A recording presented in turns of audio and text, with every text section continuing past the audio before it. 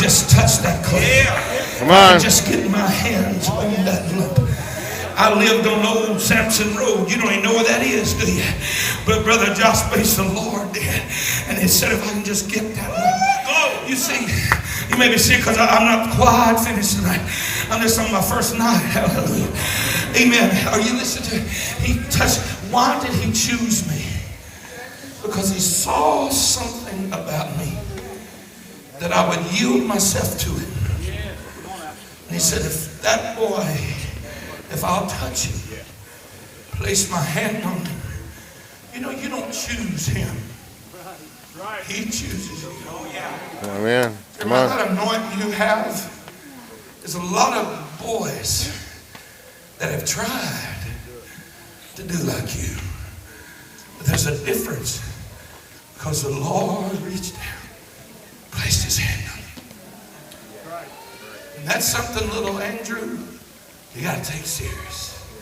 Ain't that what the little man said?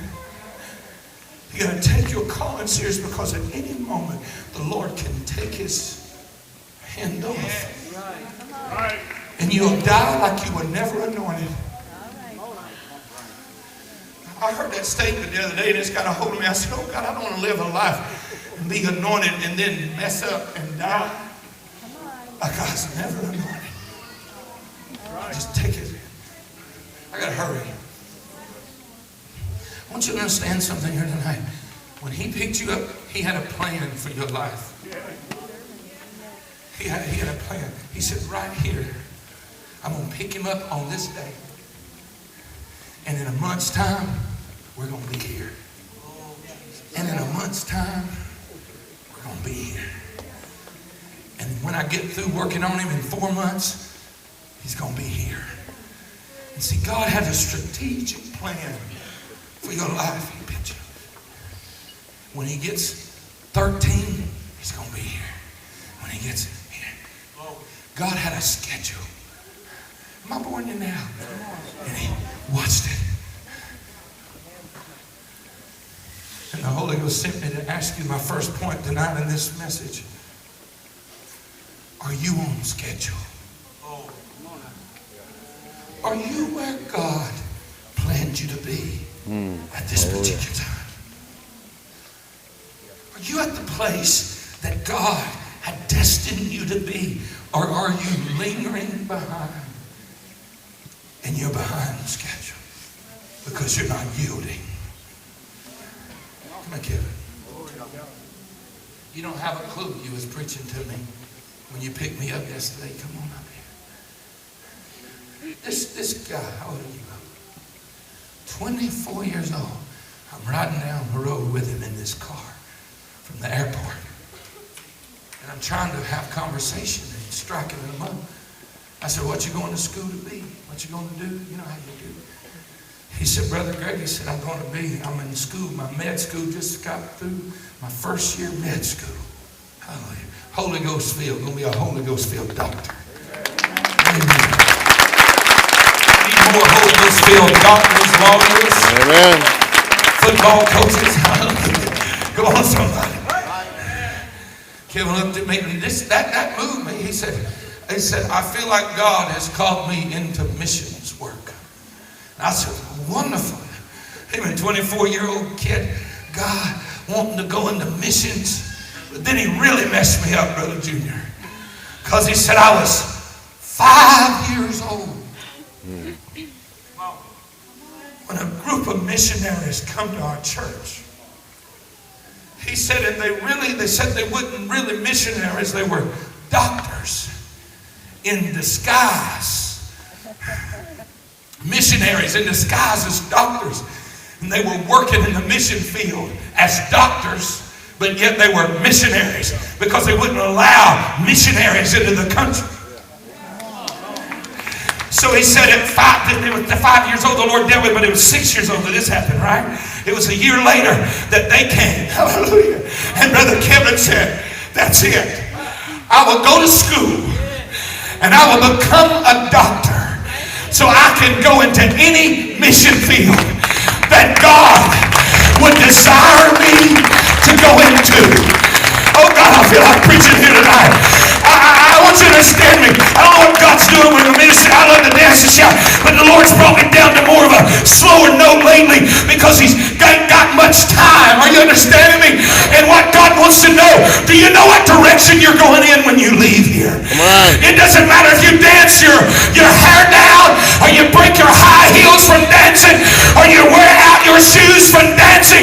If you don't have a clue where you're going when you leave here, you are headed nowhere. Are you hearing me?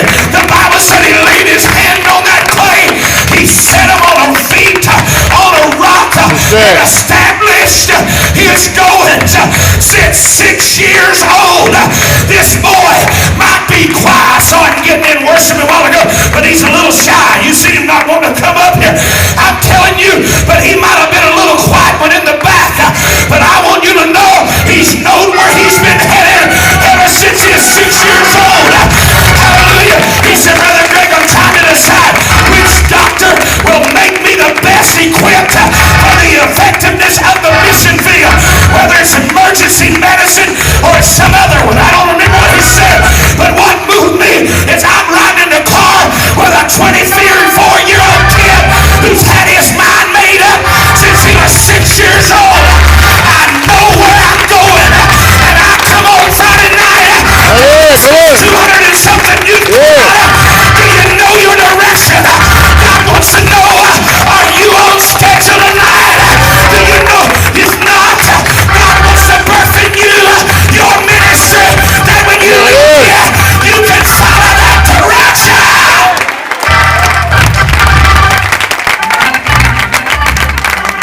Somebody give the Lord a shout of praise.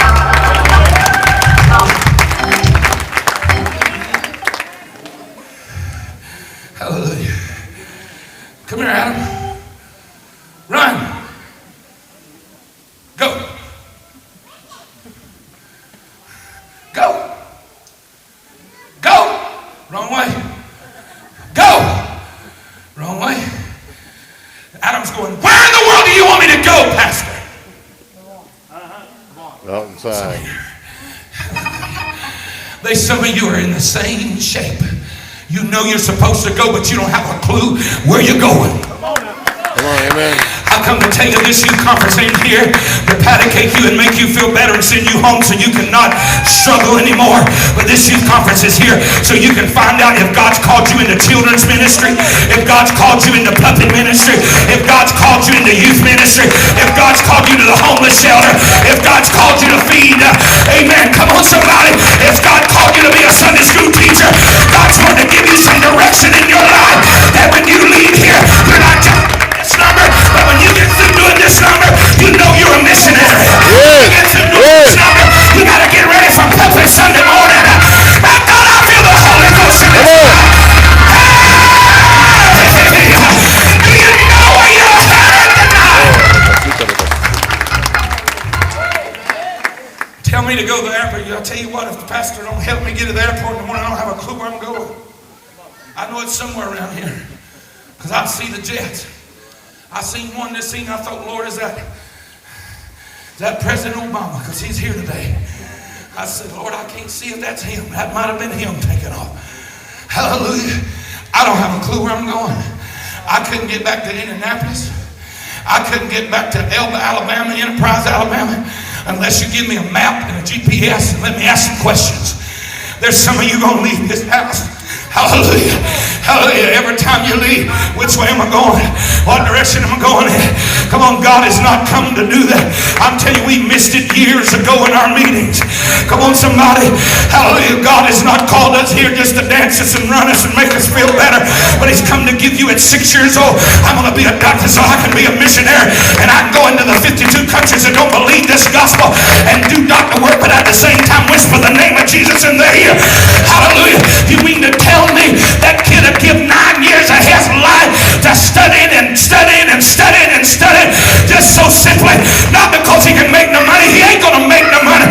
He's taking it to the foreign field so he can get on the foreign field and whisper the name of Jesus. God's looking for some young boys in this house, young girls in this house that'll say, point me in the direction, Father. Point me in the direction. Point me in the direction. Point me in the direction. Father, I'd run, but I don't